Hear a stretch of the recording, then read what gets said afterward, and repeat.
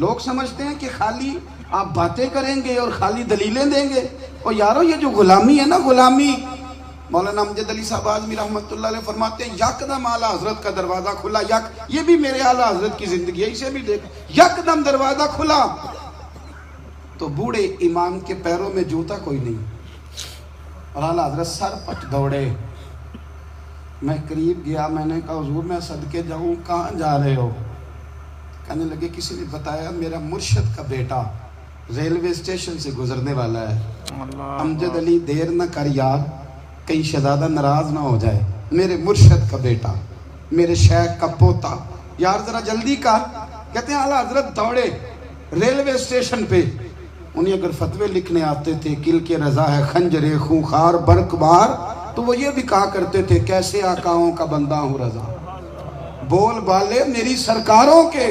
دوڑے گئے railway station پہ، اور بوڑھے شیخ صدر الشریعہ کہتے ہیں میں نے کہا حضور میں نہ چلا جاؤں؟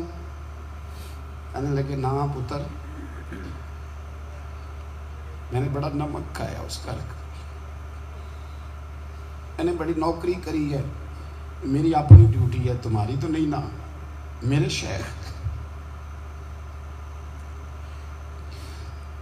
فرماتے ریلوے اسٹیشن پہ حضرت کھڑے ہیں، ایک مسافر اترتا، اس کے قریب جاتے ادب سے سلام لیتے تو کہتے ماریرا شریف سے تو نہیں کوئی آیا؟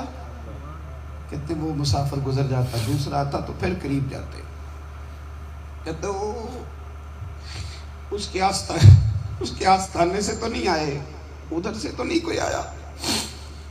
کہتے سارے گزر گئے، جن مسافروں نے اترنا تھا اتر گئے، ٹرین چل پڑی، تو میں نے کہا حضور کسی نے آپ کو غلط اطلاع دی تھی، شہزادے تو آئے نہیں۔